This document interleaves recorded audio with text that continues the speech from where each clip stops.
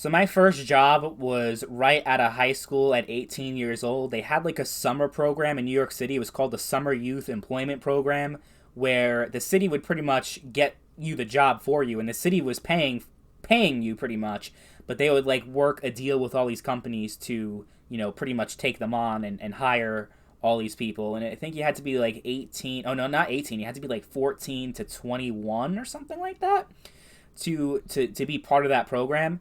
That's why it was called Summer Youth, and it was like summer, temporary summer employment. So I never had a job before that point. I know there are a lot of people who started a lot earlier than I did.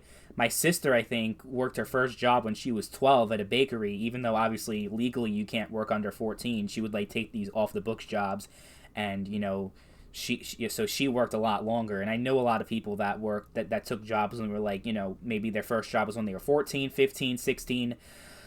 Actually, though, like most of the people that I grew up with in New York City also didn't get their first job until 18 years old.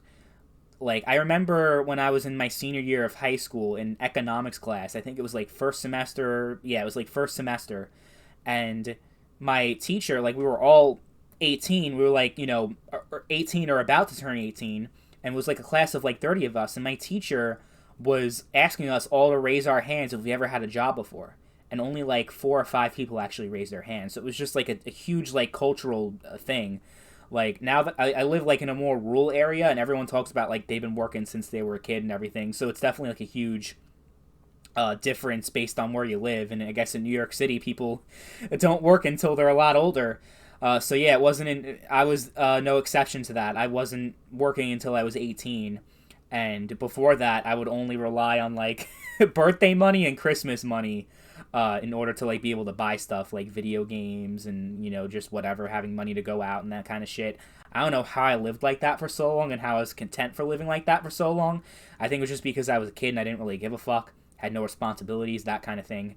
But when you're 18, when you're legally an adult, and it's time to like like get a bank account and that kind of stuff, and have a driver's license, yeah, you should have a fucking job. So I got one, and the way it worked is that I applied. I got approved for the summer youth employment program from New York City, and it had like, so based off of like where you lived, it told you like which place to go to like fill out the paperwork and officially get enrolled. So it was like a local Jewish community center, which obviously I wasn't a part of because I'm not Jewish. So it was just like a bunch of rabbis and people like with the yarmulkes doing like all the like filling out, like helping us with all the paperwork and everything and getting everything going. And I remember like I recognized a few kids from school that were actually there with me. And basically the way it was, as soon as you were enrolled and as soon as all the paperwork was officially filled in and everything, you had to choose which job that you wanted to take out of like a list. And I remember like because it was like a 2-day event, I was at the second day event. So but by the time I was officially enrolled, like most of the good jobs were taken. So it was a choice between pretty much 3 jobs, as far as like jobs that were relatively close to where I lived, because I wasn't going to commute like an hour plus to work a minimum wage job. I think at the time actually it was $15 an hour, which was a lot more than minimum wage. But the catch was that it was pretty much part time. Like I think I only worked like 6 hours a day, so I didn't make a whole lot of money. I think I ended up with like close to 2 grand by the end of the summer, which isn't horrible, but it was not a good job, and I'll get into that.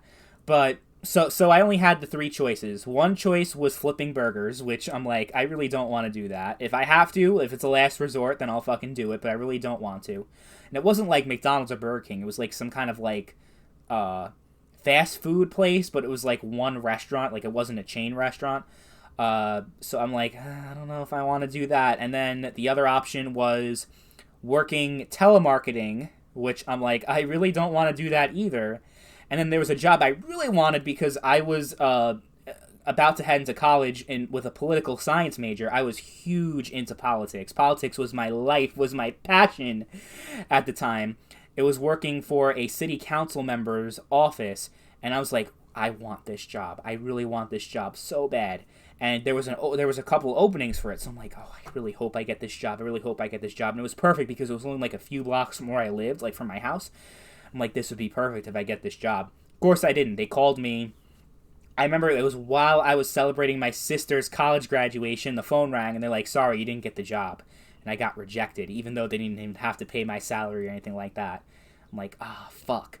Oh, I actually think I also applied for like a law firm, which the fact that they were hiring 18-year-olds, I think it was just like doing paperwork in an office. I applied for that, didn't hear anything back.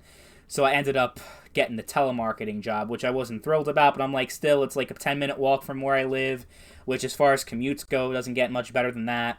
So I'll take it, fine. And pretty much the whole premise of the job was making, basically calling a bunch of people off a list. It was usually off of Skype, and it had like a list of different phone numbers that they had, so that even if you were put on the do not call list and you were blocked, you could just go call from a different number and call again. And there was a whole it was just a shitty ass job selling business insurance. I don't even understand what I was selling, to be honest. They gave me just like a basic script of what to say and talking about quotes and all this shit that I didn't understand and I still don't understand to this day. So I had no idea what the fuck I was doing, and I just really didn't feel comfortable like just bothering people that clearly didn't want to be bothered. And most people were like really just did not want me to fucking call them. And I always had a thing in my life where I don't want to fucking bother people who don't want to be bothered. I want to leave people the fuck alone, especially if it's not something important. And most people are just like, yeah, we already have insurance, we're happy with our insurance, like pretty much go like fuck off, go fuck yourself. So that's what I dealt with most of the time. But I remember like the interview process for that. I came in with a suit and I handed in my resume, and they're like, oh, you don't need any of that stuff, you're hired. So I'm like, okay. Like I gave him the resume, and he to the manager that was interviewing me, and he gave it right back to me. He's like, yeah, we don't need this. Like you're hired. They hired like maybe like 10 of us at the start, and by the end there was like 2 of us left, including me. So I stuck through it the whole time during the whatever it was, like 8-week period of the employment. And it was horrible, especially since I contracted, like, I think I had pneumonia or something, and I couldn't even walk to work, even though it was 10 minutes away. I was pretty much, like, almost on my deathbed. Like, I thought I was going to die. I talked about that in another video. And it was bad. Like, while I was telemarketing, like, while I was doing the phone calls, like, I was coughing uncontrollably. Even cough medicine, none of that could fucking work.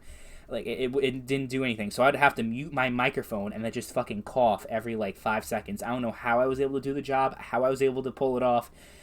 It's amazing because I only called out for one day. And that was like the first day I got sick, and then I was like bedridden for like 3 weeks. That entire summer I was deathly ill, but I still kept working. So I think that proved to myself that I do have a work ethic, and I do care. Like, because I think if I said to my parents, like, I literally cannot work and I am dying, like, I think they would have been mad, but it wouldn't have been like mad enough to the point where I would have been afraid of quitting my job. I just didn't want to lose the money. It was about me. It wasn't about my parents. It wasn't about anyone else. It was about me proving to myself, as a newly emerged adult, that I can do this, that I can be an adult, and I could do my business, and I can work, and I could do all this shit. Even though I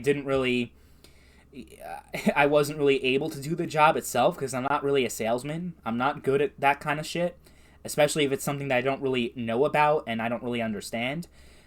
And the boss was such a fucking dick. So I was working under 2 people. There was this black guy who was really cool, and then the guy above him was like this, I don't know, I think he was Russian or something like that.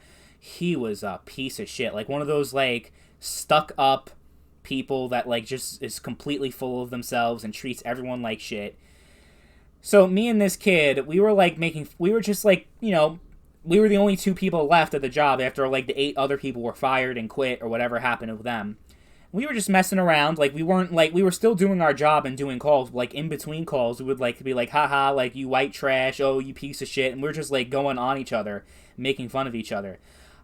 The next day, we both get pulled to the office saying racism and bigotry is not tolerated. Because they had microphones in the room, obviously, to monitor everything that we're saying. So they're like, yeah, racism, the boss, like the guy who owned the company, who owned the insurance firm, he was like, racism will not be tolerated. We can't stand this. And I pretty much just got like pretty much like, yeah, we could fire you right now, but we're not going to, kind of thing. But like, you better watch it, kind of thing. So I'm like, okay, whatever. I mean, the temporary job at that point, there was only like 2 weeks left of that. So I'm like, whatever, this job fucking sucks. I only really want this job so I can like buy video games and kind of just, dip my toes into the workforce sort of thing. They originally offered me a permanent full-time position, like to work around college and that sort of thing. Not doing telemarketing, but they're like, we see potential in you. We think you're a good worker and that kind of thing, and we want to do something with you. And they rescinded that full-time job offer because I'm a racist and I'm such a horrible person for calling another white employee white trash. So I'm like, okay, there's some people that are crazy enough and they think that kind of shit is like horrible and it's not professional and that sort of thing. Even though they weren't, like, they would always like make fun of each other all the time and just like, say go fuck yourself. Like my boss would say that to me. Like, it's not like we were like, oh, such a professional fucking firm that always, like, held ourselves, like, shut the fuck up. Like, it wasn't really that kind of environment. Like, it was always, like, this laid-back sort of thing. So, yeah, I felt like I could kind of, like, play around with my friend, who was my friend. It's not like he reported me. He didn't report me. He also got in trouble, too. And the really fucked up part about this is that at the very last day, they got us pizza for our last day on the job, like, during lunch. And so I thought that James, who was my direct boss, because he worked under the real boss, I thought James, the black guy, got the pizza for us. And I'm like, thanks for the pizza. And then the boss, Jason, was like, he didn't get that for you. I did. So I'm like, okay, thank you for the pizza. And then he's like, you know why James said that he got the pizza? Because he's you can fill in the rest. So the same guy that is accusing me of being a racist for calling another white employee that's my friend white trash, just openly referred to his employee, his black employee, as the N-word. And that's okay. Dude was fucking mentally ill. Was completely mentally ill. So I was glad. On my last day, I felt so relieved and so happy that I was finally done with this fucking crazy motherfucker and this horrible job that I hated with every fiber of my being. I would still say I've had some crappy jobs after that, but this is definitely the worst job. Still, my first job is still the worst job by far, and it's not even close. I mean, it was not good. But, everyone has those shitty jobs when they're young.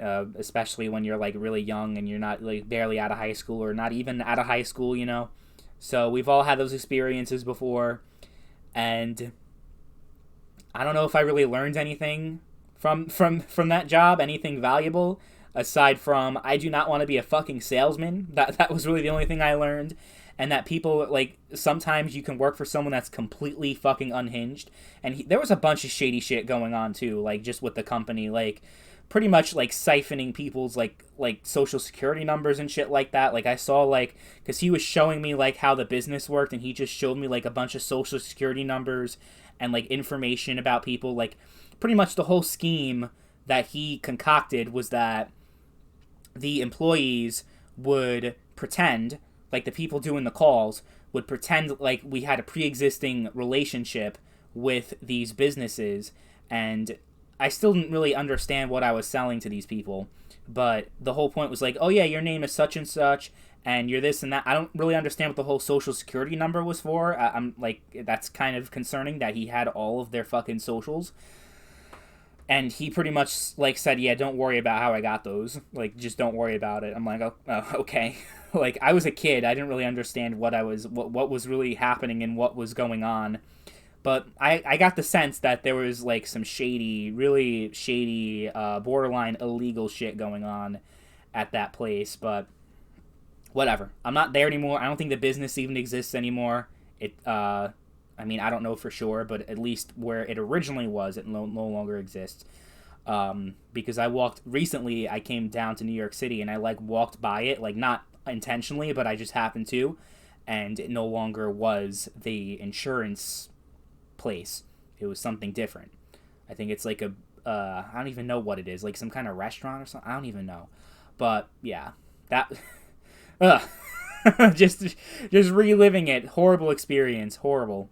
I hated it every single day.